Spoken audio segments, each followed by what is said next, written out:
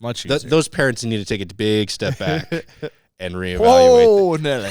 Is that just your catchphrase Yeah. now? Whoa, Nelly. Brought to you by Ryan Marburg.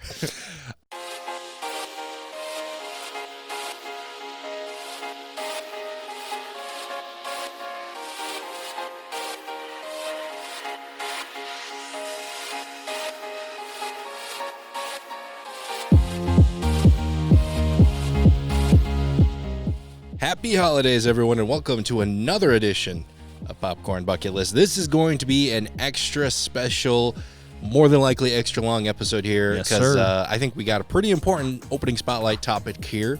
We're going to solve a lot of the world's issues, I think, here today, first and foremost. But also because, just as a little announcement here, this is essentially the last episode of the year. Yes. Because we're going to take a break from the show. There will be something posted here next week if all goes according to plan, theoretically. The plan. Which I'm not even sure if I told you the plan yet, but that's how little the plan has been planned. But basically, we're going to cover a couple of weeks here of movies here with the weekly preview later on. So before we get into that, like I mentioned before, the holiday season is almost here. And here's a little suggestion for all of you out there. It's safe to say that if you are watching this, either you or someone you know is a movie fan. Is that that's probably safe to say? Probably safe to say. I can confidently say that. So if you need a last minute movie idea here or gift idea that's movie related, head on over to the Marshall 6 Theater. Get yourself a CEC Theater gift card. And for any of you sports fans out there, if you want a little bit of Minnesota Sports Live merch. Our friends over at Minnesota Sports Live, they've got some stuff for you. I ordered a hat for them. I was going to wear it here today. Didn't ship in time. So hopefully you'll see it in the new year because I'm really looking forward to showing that off. Watch their show. They'll kind of explain it a little bit over there too. Basically, you can get them some stuff for any Minnesota sports fans in your life. But now that we got that out of the way here, let's get into the movie talk. Like I said, a lot to cover here. So for today's opening spotlight, we are going to determine once and for all, is Die Hard a Christmas movie? Spoiler alert, it is.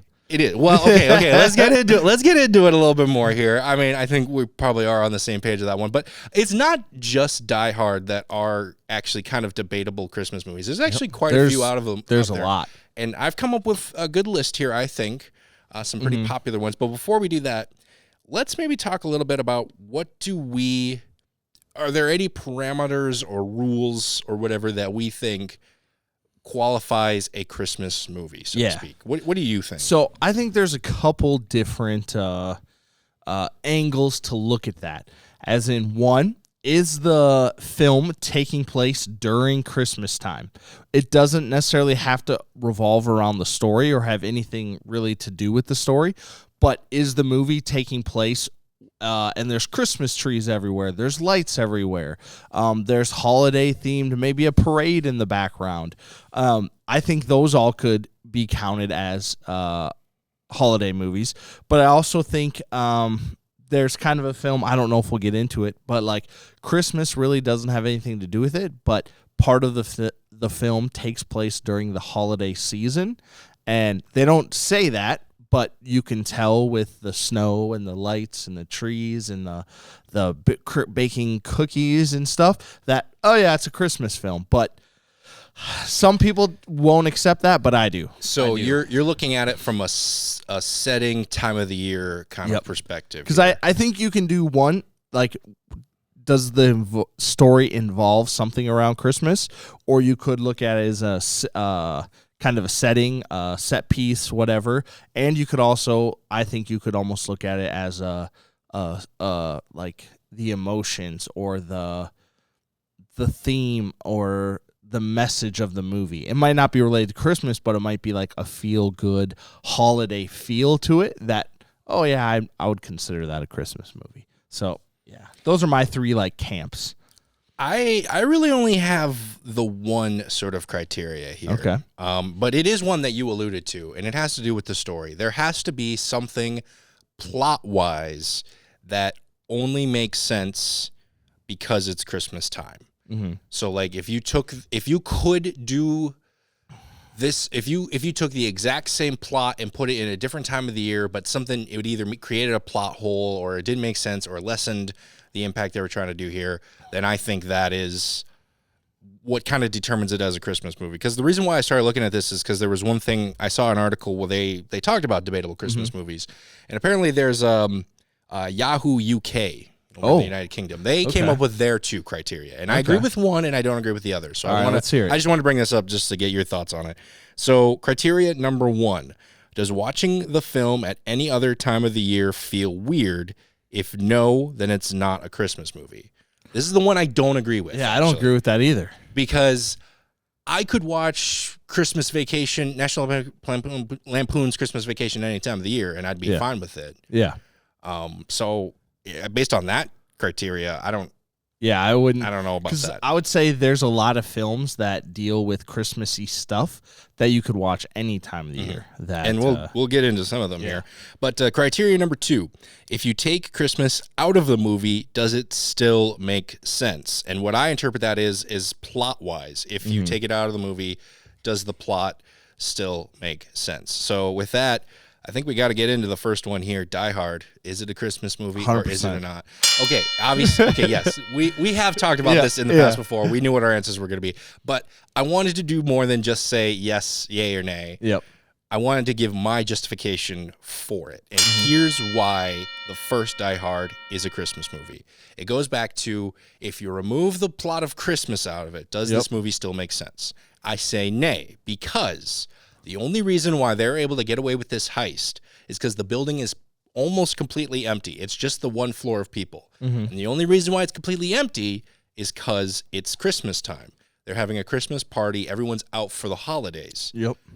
Yes, I guess you could. I mean, like, there's not a lot of other holidays that would clear out a big building like that as much as it is than Christmas. Yep. Like Thanksgiving, maybe you'd have a day, but it wouldn't be a smart time to. You have to have it empty for an extended period of time, which I think Christmas allows them to do it. Yeah. And that's why it's a Christmas movie to me. Okay. That's a good, interesting take. I like that. Yeah. I like that. Because the heist does not work. If it's any other time. If it's Easter, then it's like there's still going to be probably more maintenance guys. Or the 4th of July. Yeah. Or anything. I just feel like if it's any other holiday, there's going to be more people in the building, and that makes the heist harder to do. Yep.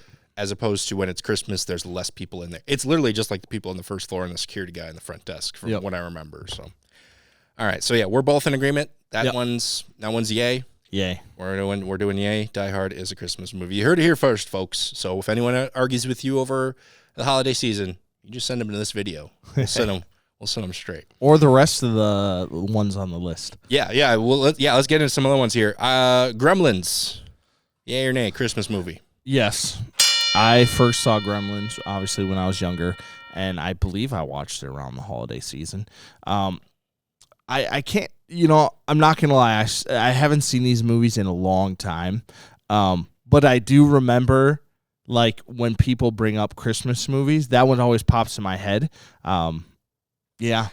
Correct me if I'm wrong. The reason why the kid gets the gremlin as a present is because it's a Christmas present, right? I believe so. So the only time that could work is like a birthday present or something like that, right? So yeah, I would say based on that justification, story wise, plot wise, it has to be a Christmas movie then. Yep. So yeah, I would say yay on that one as well. This next one is interesting here, but I only bring it up because I believe it was the director who really kind of started this debate. Okay. Nightmare Before Christmas. Oh, it's got Christmas in the title. Yeah. You think it's a slam dunk. Yeah. It's a Christmas movie, right? Yep.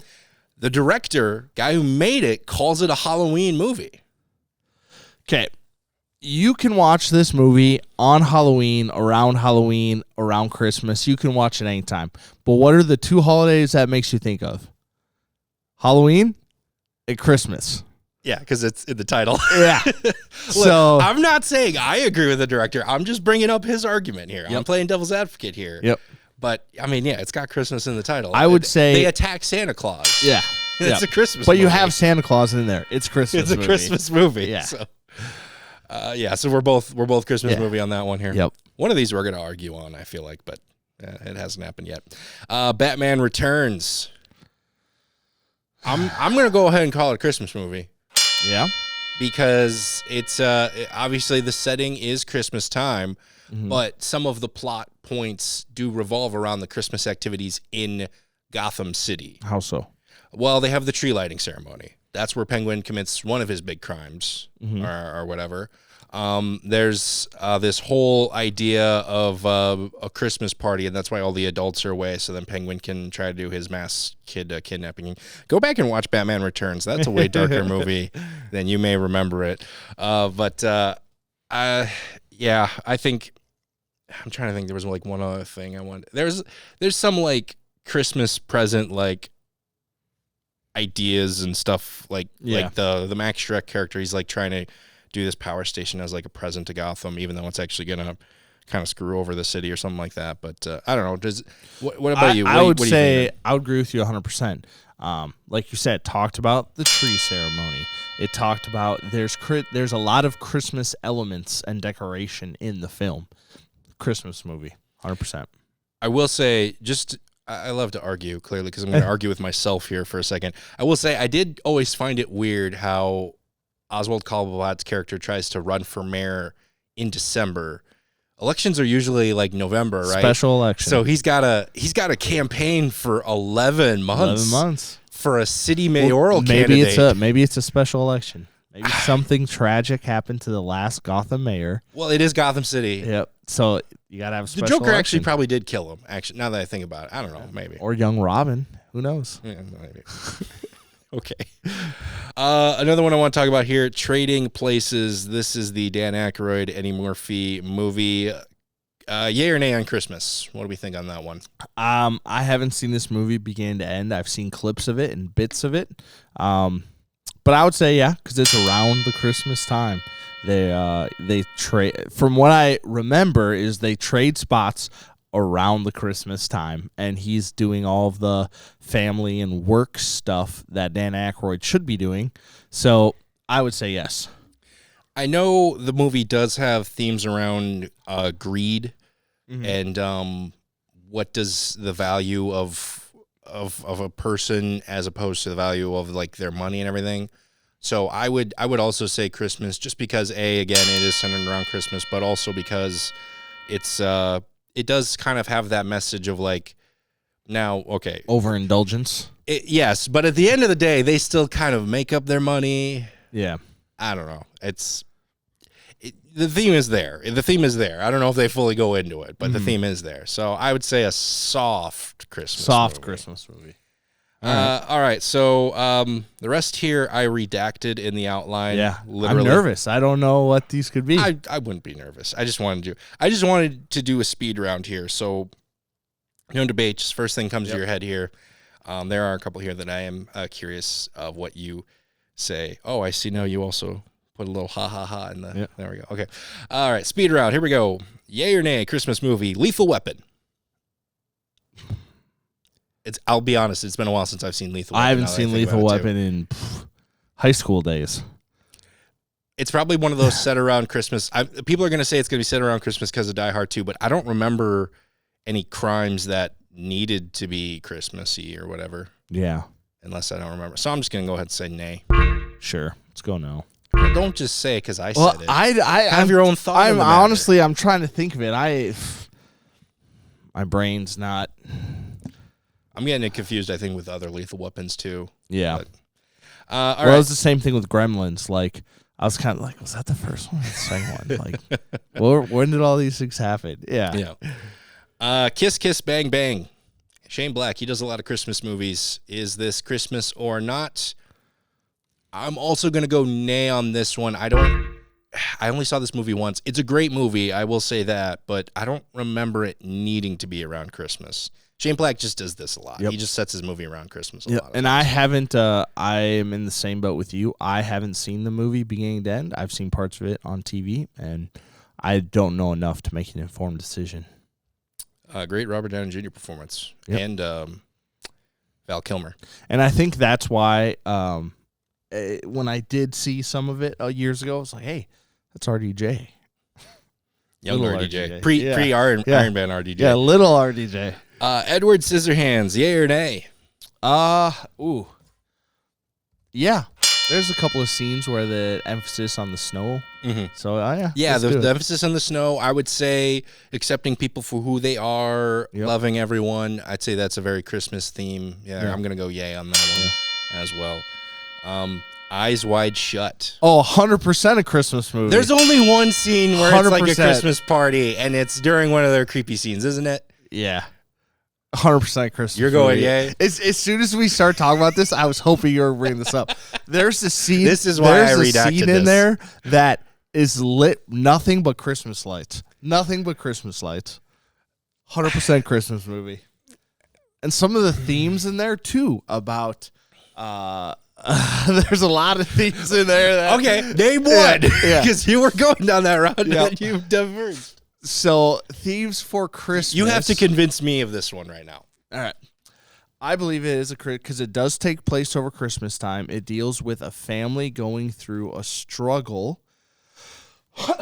Parents making bad decisions and seeing how it affects the rest, not just themselves, but other people in their lives, and who controls that and how they control that. And there's Christmas lights, Christmas movie. Fantastic film if you haven't seen it, though. I don't know. You didn't quite convince me on that one. I think I'm going to go nay on that one. Sorry. Maybe I'll have to rewatch it. I love it. Check it out. It's so good. You could make a debate for any of them, but I'm just going to focus on one of them right here. Harry Potter, Sorcerer's Stone, Christmas movie. This has that's the first one, That's right? the very first one. Yes. I would actually argue all of them could fit in. I could argue the Harry Potter franchise could fit into Christmas films, but the strongest evidence that I have would be the first one because there is much more stronger emphasis on Christmas and the Christmas trees and this is what I was talking about earlier, that holiday season. It's only in there for a little bit, but this is where I would make that. I'm gonna go nay on this one too again. You're wrong. The scene that refers to Christmas has to last longer than 5 minutes. Yeah, but this is also where I'm talking about where the general feel of the movie is a cheery movie. Yeah, the first one's very cheery. Yeah, compared to the ones after. Yeah, the ones after. Yeah, but when I watch this movie, I think of myself up in the tower in one of the castles when Harry's in there and he's like, I can't go home for Christmas, and I just love it. It's great. I get the holiday feeling. You're yay on that one. I'm nay on that one. I'll be honest here. Iron Man 3, again, another Shane Black movie. I just had to throw it out here. It takes place during Christmas. See, I would almost argue this one has to deal with more with Christmas than Harry Potter. I would say Harry Potter is much more of a Christmas movie than Iron Man 3. It has to do with redemption. I'm not going to lie, I feel like I'm kind of weird, but I really like the third one. You are definitely in the minority, and I respect you for that decision. We don't have to get into that, but I would say that's more of a, because of the way it makes me feel and the atmosphere and I don't want to say holiday cheer because it's not holiday cheer, but it's here's what I'm going to say. Robert Downey Jr. spends more time in the snow in this movie than Harry Potter does in Sorcerer's Stone. Yeah, but Harry Potter makes me feel good. Robert Downey Jr. I want you to get back where you were. You can do it. This is all on you. I'm putting pressure and emphasis, and you need to dig yourself out of this because you're an awesome person. But Harry Potter, it's like, well, wizards, Harry, and they're doing cool wizard stuff, and then it's like Christmas cheer. Did we officially say yay or nay on this one? I don't even know if we said. I don't even know what I said. I'm gonna say yay. This is more of a Christmas movie than me than Harry Potter. I would say it's definitely a Christmas movie, but I wouldn't say it's more than Harry Potter because it gets. You have your thoughts. I have mine. Yeah, you get more into the holiday cheer from Harry Potter, I think, than Iron Man 3. You get more of the feel from Iron Man 3. Iron Man 3 does have a Christmas song in it, though. As far as I know, Harry Potter does not. When he's first building his Mach 42, he goes, Jarvis, drop my needle. And there's like a rendition of like Dashing Through the Snow. Really? So there's actually a Christmas song in this one. As awesome. Harry Potter. So just saying. All right. Last one here, Die Hard 2. Everyone talks about, is Die Hard a Christmas movie? Die Hard 2 set around the same time. Yeah. Why are we not debating this one as much? I don't get it. Which one is this? This is the one where they're at the airport and like they try to hijack one of the planes. The thing that always sticks with my mind in Die Hard 2 is he like loosens, or he like the plane that the bad guys are trying to escape on, he like cuts a wire or loosens something, basically a trail of gasoline.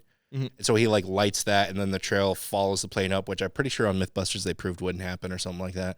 Yeah. But then it blows up the plane, and it leaves like a light trail because like none of the planes could land because it's a blizzard. Yeah. But I'm gonna go Christmas movie on this one as well, because again, holiday season, blizzard, traveling, delays. There's nothing more Christmassy than being stuck in an airport during a blizzard. True. There's nothing more Christmassy than that. Yeah. So I'm gonna go yay on that one being a Christmas movie as well. How about you? I would say yeah. Watch this. Someone's going to try and convince people that Die Hard 3 is also a Christmas movie at a certain point. Which one's that one? That's the one with Samuel L. Jackson. That one's like in the like spring or summer or something like that. Like that is not Christmas time. Yeah, definitely not a Christmas movie, but someone's going to try and make that argument. Yeah. Anyways, there you go. That's our I'm going to call that segment Die Hard Debates. Can't believe I didn't think of saying that till now. That's good. Thank you. Yeah, there you go. There's if there's any other Christmas movies you would or actually let us know. First of all, what is your criteria of whether or not it's a Christmas movie or not? Let us know what you thought on some of these, which ones you agree, disagree, anything like that.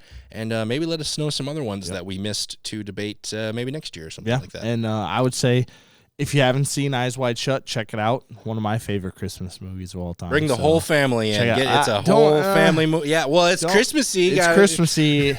Actually, I can't say family's a criteria for it being Christmassy, because Die Hard definitely would not fall into that. And there's definitely some like scary, or not scary, but scary action horror Christmas with like Krampus. Yeah, come on, I want my kids to see that. Well, I do, and, but and that one's not debatable either. Yeah. So that one's clearly Christmas. So. The new one, Silent Night, I want to see that. Yeah, that's a good one too. That's good.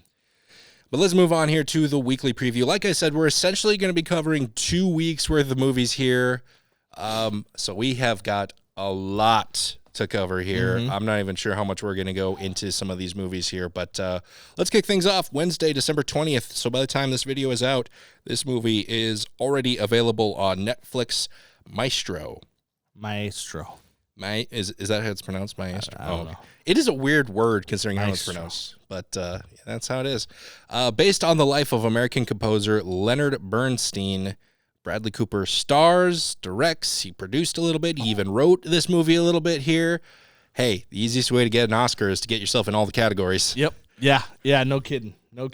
I'm super excited to see this. I've heard a lot of good things. And it'll be cool to see Bradley Cooper in double or triple threat doing it all. So that'll be good.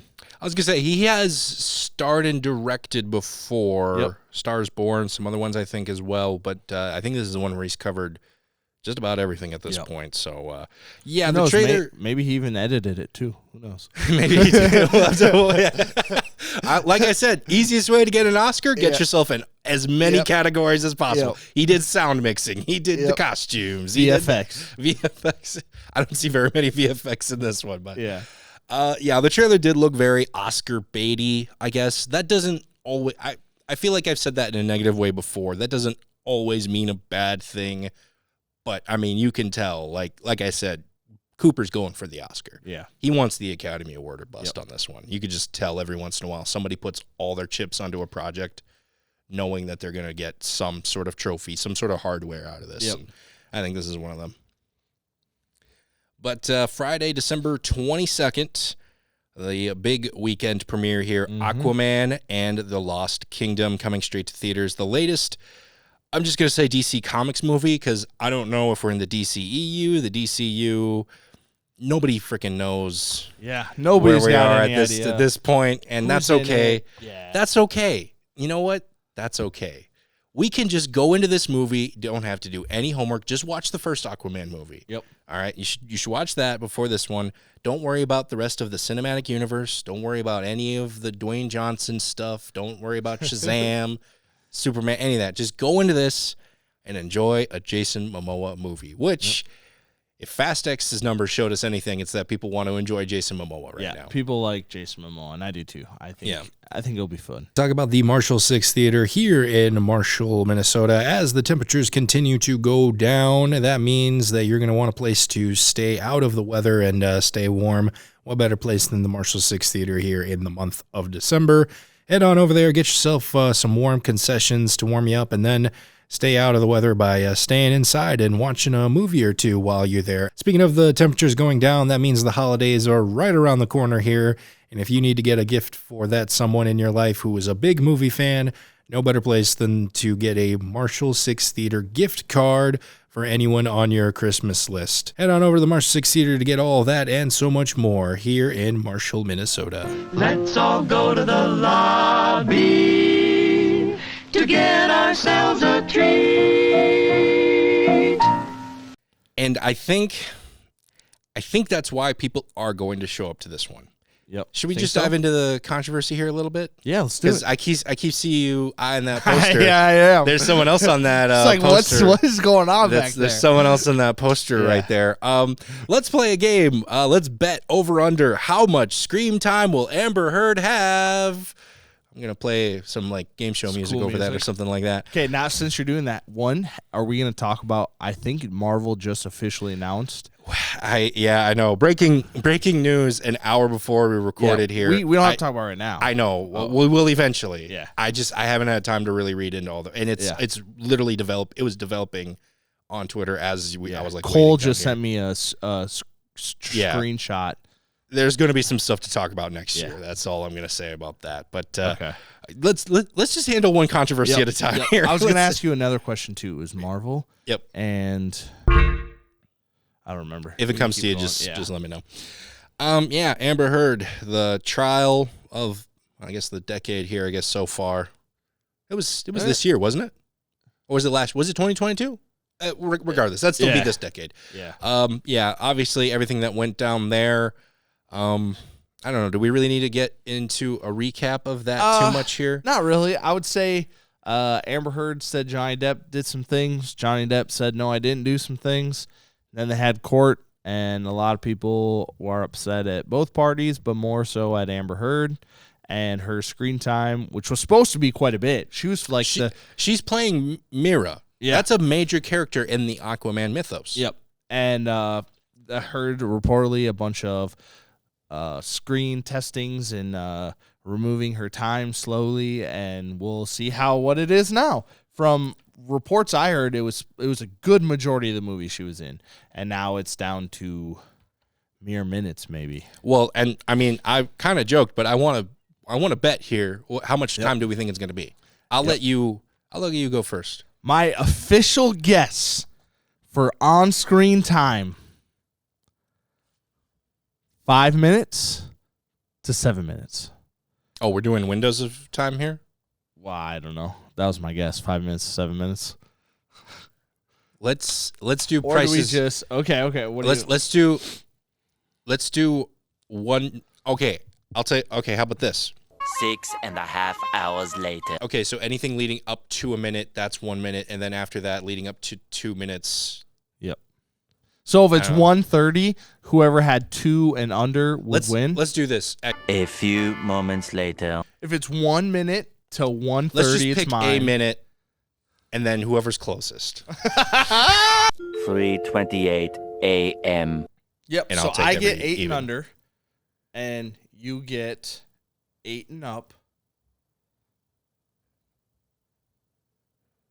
What are we doing? Eventually, I get 1, 3, 5, 7, 9. 11. Okay. You get 2, 4, 6, 8, 10. We're basically saying there is absolute. This entire thing started with Nick saying, let's go over under. Yeah. And then you guys refused to pick the same number to pick over or under. Just pick a number, and one of you goes over, one of you goes under. Okay, I get 5. I get 5 and under. You And get then I get- 501 and above. Okay, so we're basically saying there's absolutely no way that it's over 10. Yeah. And if it does, we both lose. Yeah. Because we all lose. Well, you would win because you would win. But I don't think that's fair. That's fair. That's the whole point of the thing. I'm going to say I'm willing to bet there's no way it's over 10. if it's over 10, then I will concede the point because then I've not won. The whole country has lost. We've all lost. All right, so I'll take 0 to 5. We're kind of circling around that 5 minute mark. We both were kind of we both think it's around. It's around 5. minutes. So if it's under 5 minutes, you win the bet. If it's over 5 minutes, I win the bet. But we both think it's going to be under 10 minutes. If it's over 10, like I said, I will concede the point because we have all lost. Yep. As far as I'm concerned. There we go. Perfect. All right, we got that figured out. Thanks for the clarification up there. All right, back to the actual movie. The first Aquaman, I remember, did very, very well. Made $1 billion and was pretty well received critically. Based on the trend of comic book movies this past year, I think it's a pretty safe bet to say it's not going to make as much money as the first one did. I think Warner Brothers just needs this to do enough to justify the production costs here and not be in the hole. Because it's been looking pretty bad over there right now. Especially, well, I mean, they did all right with Barbie. Barbie kind of covered them for quite a bit. Mm-hmm. So this, even if it just makes more than what they spent on it, will be a big win for everybody. That would be a huge win for them at this point, which is kind of crazy how we've gotten to this point. Like, not too recently, comic book movies were a slam dunk. And just all of a sudden these last few years, it's kind of like, well, every once in a while, one will do more than enough. Yep. But this year has just been superhero fatigue and other things. I don't like to admit that it exists, but the numbers don't lie. I would also say maybe quality of stories. That too. And oversaturation. They did announce Deadpool 3 will be the only Marvel movie next year. It'll be the one and only. Now, there may be some TV show. There's a couple TV shows on Disney Plus too, but I think they should do that. You think just do Deadpool, one TV show. I was going to say there's for sure Echo. I know for sure Echo. Yep, that's it. Nothing else. There's going to be others though. I know. That's the problem. I don't think they need to scale back that much. Yep. I think they just need to scale back a little bit. They need to scale back. Oh, Nelly. Oh, Nelly. Is that what they're called now, Nelly? Mm-hmm. All right. Let's keep moving along here with more of the weekly preview. Also coming out to theaters, Anyone But You. Glenn Powell and Sydney Sweeney star in this not a romantic comedy. Just kidding. No, it's going to turn into a romantic comedy. It is. 100%. While at her sister's wedding, these two try to create a charade of a romantic relationship so that way they can both get what they want out of other relationships here. One wants to make another girl there jealous. The other one, they're like, the parents are like trying to set him up with her, but she doesn't want to. So it's like, unfortunately, it's like you would think parents would just listen every once in a while to their adult children. No, it'd be easier to fake a relationship with a guy you had a one-night stand with. Yes. Much easier. Those parents need to take a big step back and reevaluate. Whoa, Nelly. Is that just your catchphrase now? Whoa, Nelly. Brought to you by Ryan Marburg. So I will say, I've said it many times on the show before, not the biggest fan of romantic comedies. This one did get a couple of moments of legitimate laughs out of me. Okay. There were a couple. I mean, it was not a lot, but it was a few where I was genuinely like, oh, that's actually a pretty funny setup. Yeah. Oh, that I could see where you're going for on that one there. There is one moment in the trailer as well where they do the whole spider is crawling on one of them thing. Yeah. I don't know if you saw this, but there's a behind the scenes clip that's been making the rounds now where apparently it was a real life spider they used. Uh-huh. And the whole point of the joke is she's like freaking out, like, "Oh my gosh, I think it bit me." Like that's the scene. Yeah. But while they were filming one of the takes, the spider actually bit her. So she like is freaking out. But none of the crew said or stopped anything because they just thought she was doing really good acting. What did the spider fly out? And it was like hanging on to her. She was like trying to flick it off, and I she was would like, lose it. If it was a real spider, I would have lost go it. back and watch the clip. Like she does, but again, that's kind of how the scene was written. So everyone just thought she was putting off a great performance. Interesting. I'll have to watch this is why you have a safe word for spiders for any scene. My safe word is no. No spiders. No. I think I could with a spider. I couldn't with a snake. Snake is all right. You just grab the tail. But a spider, it'll leap at you in the face and claw your eyes out without you even noticing. okay, spiders, that'd be pretty impressive because spiders don't have claws. No, but they leap and they'll use their legs and they'll. See, that's my fear of a snake coming at me. Snake can't do that. Yeah, they can. They get very fast reflex. They just right at you. Yep. Anyways, right. So this romantic comedy coming out here, very raunchy, a little bit more R-rated. Shout out to Reed. I know he's super excited for it. So He is. I did not know that. Yep. All right. Well, hopefully he checks that out. Also coming out here this weekend, Migration, latest animated movie from the Illumination Corporation, the same people that got you Minions and Despicable Me, and they remind you that every time they do a trailer. Yep. This movie is about a family of ducks going on a migration, but they go the wrong way. Oh, silly ducks. It's just silly goose. That was good. That one wasn't too bad. Anyways, they end up in New York City. Yeah, I thought the whole point, was like ducks knew which way they were going in general. But even the movie trailer shows like every other group going the other way, and like they don't catch the hint. Yeah. But apparently, anyways, they end up in New York City. Hijinks ensues. Yep.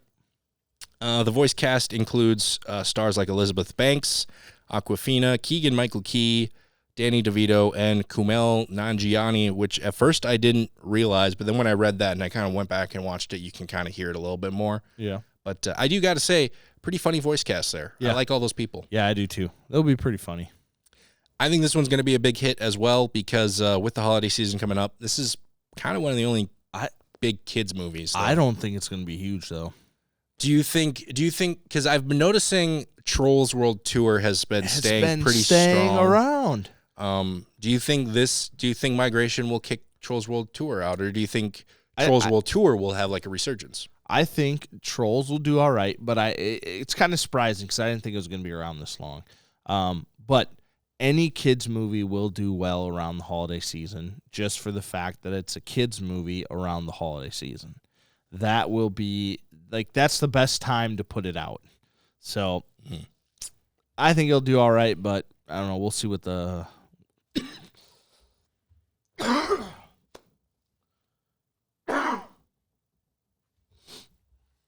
Excuse me. You good there? Yeah. Came out of nowhere. Yeah, I could tell. Face is all red now. Yeah, it is a little bit. Take a deep breath, my friend. Cool off a little bit. About died. Oh man. Well, that would have put. I mean, I still would have continued the episode and finished it, but that would have put a real damper on the show here. So that would have been sad. That would have sucked. Yeah, let's just keep moving along here then before you choke again here. Hopefully, he's got like a look in his eyes. Like I think the light flashed in front of him there for a second. How much did you see? What age did you get to? 5. You got to age 5? Yeah. Okay. So that's not too close. I still got plenty of time. Plenty of time. All right. Speaking of death and resurrection, that's actually the perfect segue into the next one here. It's weird how that happens sometimes. That's how it works. Poor Things coming to theaters here, or expanding to theaters here. Emma Stone stars in this wacky movie with a supporting cast that includes Mark Ruffalo and Willem Dafoe. The man. Green Goblin. Just doing more sciencey stuff here. You think he'd learn? Willem Dafoe, I'll go watch anything he's in. Short film, live performance. If he wants to be the singer of a Celtic band, I'd go watch that. I'd buy their CDs. But you're also the type of person who more than likely would go and watch a Celtic band to begin with. That's true. If there was a Celtic band around, I'd go watch them. It would have to be like, he would have to sing like K-pop or something like that. You'd have to sing country. Even then, would you go see William? Willem. As long as I had strong earplugs, then yes. Good earplugs I would. I wouldn't need to hear them. I just you just need to look at them, yeah. All right. Fair enough. This movie is a crazy retelling of essentially the Frankenstein story here. Mm-hmm. So essentially Emma Stone's character, it seems like the trailer kind of implies that she dies. However, Willem Dafoe's character essentially resurrects her and kind of has to reteach her humanity or kind of work on her a little bit until she can kind of get back to normal. Because, you know, when you get resurrected, not everything works the way not everything is 100% there. Yeah. It's kind of like when you start your car after it got left in the garage for like a month in the winter. Yep. It's going to take a little bit. Yep. But I don't know. I think it's fascinating how you have the Frankenstein story, one of the greatest, one of the earliest examples of sci-fi, and we're still finding new ways to tell it. Yep. We're still finding new settings, new ways to go through this story. I think it's fascinating. I think it's great, and I hope to check this one out for sure. Yeah, I know it's been out in select theaters for a while, and a lot of people have really enjoyed it from what I've heard. So I'm really anxious to finally see this. Claw, also coming to some theaters here. Zac Efron. Yes, pretty much. Yep. Zac Efron stars in this A24 movie based on the Von Erich family. These guys were basically a wrestling dynasty back in the 1960s here. Now, I think it's safe to say you know a little bit more about wrestling than I do, mainly because I know nothing. Hair. You have a picture of a pro wrestler on your Jim wall. Hacksaw Duggan. So family friend. Check him out. He's the man. By definition, then, you know more about wrestling than True, I do. Do you true. know anything about these guys, this family, this story? I know who the Iron Claw is. Some of the people that I know that are very into the wrestling community know the family, know the story, know the legacy very well. I do not to the extent that they do, but I've known the Iron Claw. I've seen it. I've heard it.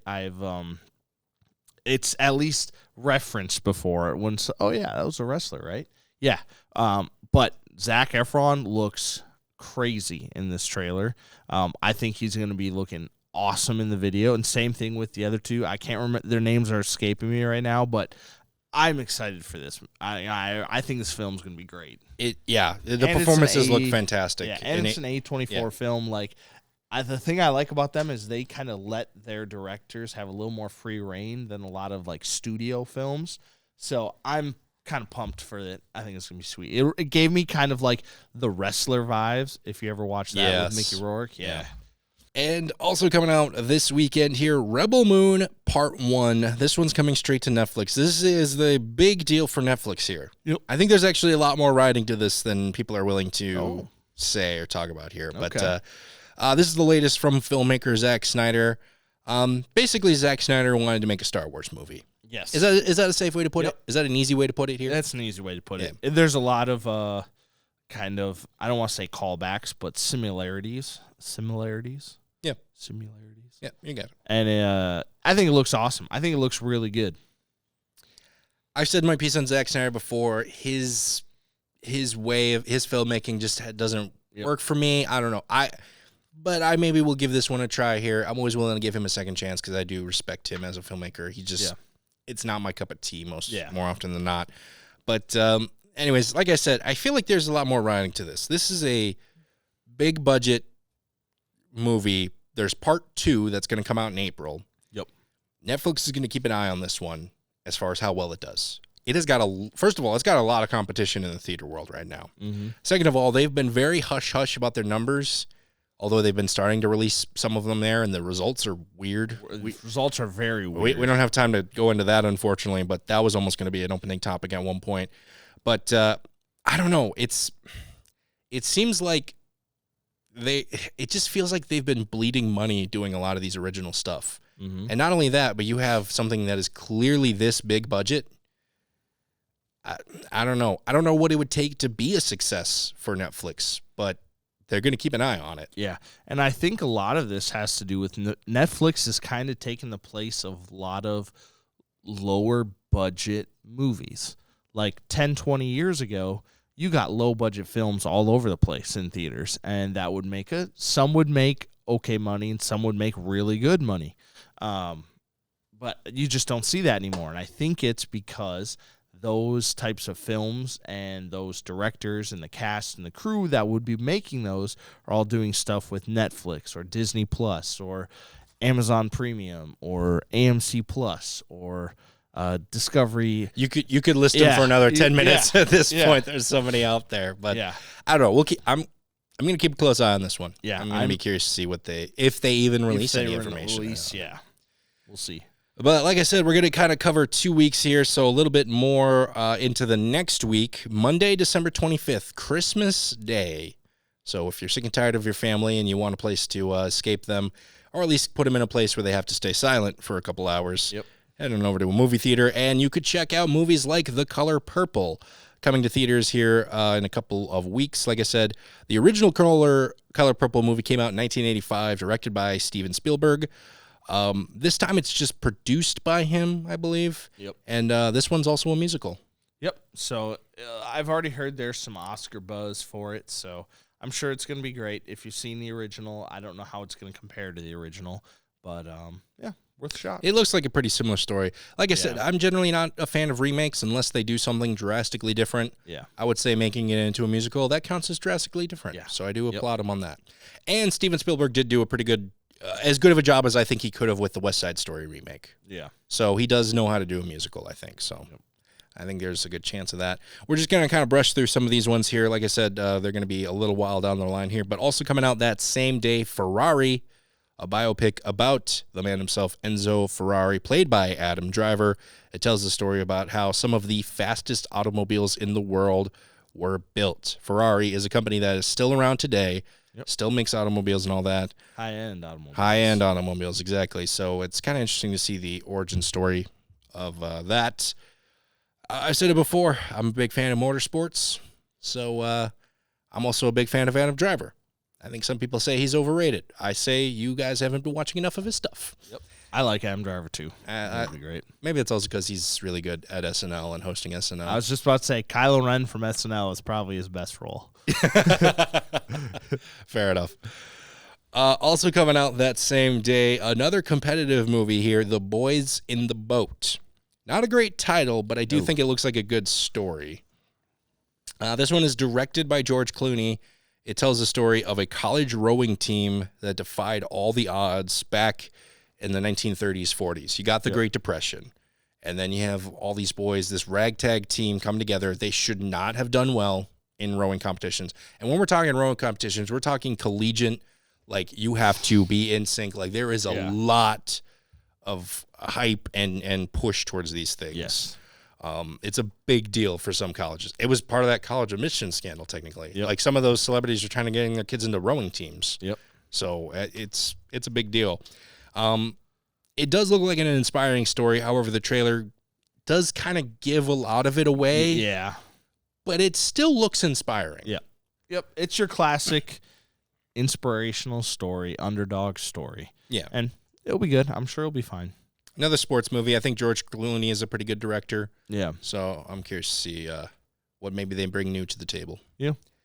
And finally, wrapping it up here, Time Bomb Y2K. This is coming to Max Saturday, December 30th. What better way to end the year than with a story that was about the end of 1999 and some would almost consider the end of the world at the time. Yep. Yes, this is a documentary about basically everything leading up to the end of last century. For those of you who don't know, Y2K was this potential bug in the system. Everyone thought that when the year 2000 took over, all the computers were going to shut down. Computers were going to shut down. Internet was going to be gone. Everything. Like the problem wasn't that they had a lot of evidence saying it was for sure going to. They just kind of had theories. They're like, well, it might. We didn't really think this far ahead when we made a lot of these systems and everything like that. I was only about 2 years old at the time, so I have no context as far as the Y2K. I remember it pretty well. Yeah. How old were you when the end of the century? Not to age yourself here, but I was 8 years old. Okay, so you would have had a little bit more memory into this. Yep. And I just remember the Y2K. Like, I remember specifically asking my mom. Like, I kept seeing it, and I'm like, "What does that mean?" And it's like, "Oh, year 2000." Oh, and then she told me, all my family members talked about it, like not seriously talked about it, but like, oh yeah, the computers don't have the 2, they just have the 1. So when it goes to 2000, they're going to crash because they don't know what to do. And everything was just going to crash and burn and planes were going to fall out of the sky and all of that. And then nothing. Yeah, it's a little bit of a spoiler alert here but yeah, I mean, we're still around here, but it was kind of a fascinating thing because 90s was such a huge decade for computers where we started putting everything into it. We put all our chips into that basket. I remember getting our first home computer and thinking how just cool it was. Mm-hmm. And then like dialing up on the modem. I remember that. Oh, don't go on the computer right when you get home because my friend's going to call me and you don't have caller ID either. So, like, you just sit and wait. Oh, phone rang, perfect. And then you get in. It's like, all right, I'm going on the computer, so you can't use the phone for half an hour. I'm going to visit one website. The kids at home right now who are listening to this, They you don't know the struggles, man. You don't know the struggles. I'm actually very looking forward to this documentary again because I just didn't know too much about the time. Yep. It's going to be there was all a lot about of panic. the hype up to it, which is far more interesting than. And there, it wasn't just like panic. There was like legitimate concern there. Yeah, I feel like, or maybe there wasn't. Maybe that's what I'll learn here in the documentary. But that is everything coming out here these next few weeks. Plenty of things to check out here this holiday season. I don't want to hear anyone coming back here saying they were bored. All right, there's plenty to watch, as we've just proven here. So let us know which ones you watch and which ones you recommend, and we'll do the same here. It's time for number one recommends. Let's close out this show here. We have the same one here. We've hyped it up for about a week. Godzilla -1. Man, this movie checked all the boxes. Yes, it's in my top 5 movies of the year so far. I've still got a few other ones to catch up on. Be on the lookout. A couple of weeks, I'm going to launch that full year in review of all the movies I've seen. I'm looking forward to getting that to you guys here. But what are your thoughts on it? For a monster movie / horror sci-fi, this has so much heart and story to it that to me, it's no wonder why people were raving about this movie before I had seen it. I remember it was like, oh, just a little, foreign Godzilla movie. And then it was like, people have told me to my face that they think Godzilla was the best film that they saw in the past year. And I was like, no way is some Godzilla movie the best movie of the year. And I had to, after I saw it, I said, this is easily in my top 5. Easily in my top 5. Maybe even inch closer to top 3 this year. I loved it. Well, that's going to do it for us here on this episode of Popcorn Bucket List. Once again, check out the Minnesota Sports Live every Wednesday at 7 o'clock p.m. They go live, talk everything Minnesota sports, and check out what sort of merch they have over there. And speaking of the holidays, head on over to the Marshall 6 Theater to pick up a gift card or 2 for that movie lover in your life, or just head on over there to catch a movie. If you're there anyway, might as well do both. Might as well. 2 birds, 1 stone, I say. Go ahead and do that over there. Bird in the hand. Or no. Bird in the hand is worth 2 in the bush. Yep, a bird in the hand is worth 2 in the bush. For myself and Ryan Marburger, we'd like to thank you so much for watching, and we will see you next year. Happy holidays, everyone.